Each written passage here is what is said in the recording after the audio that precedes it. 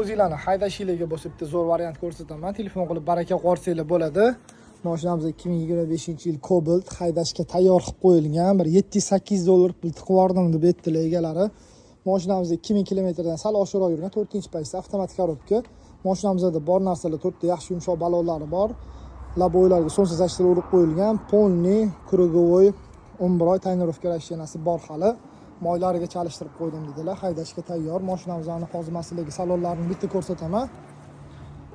Tonirovkani ham, sonsiz achitani ham eng zo'rini o'rganman dedilar. Mashinamizni salonlariga polniy laminatsiyalar qilib qo'yilgan. Xullas, nima udobsiya bo'lsa qilib qo'yilganda, hamma narsasi yaxshi qo'llar qo'yib qo'yilgan, qimmat poliklar taqib qo'yilgan. Video registratorlari bor. Bitta bar mayda chuda, hamma narsasi bor mana. Mikrofonlarigacha qo'yib qo'yilgan. Salonimizning orqalari ham yangi bo'lib turibdi. Hech qanaqa texnik ishi yo'q, mashinani chaqa-chuqalari yo'q. Holati yengidek bo'lib turibdi. Yangi desa ham bo'ladi. 2025-yil 2000 dan oshiqroq yurgan.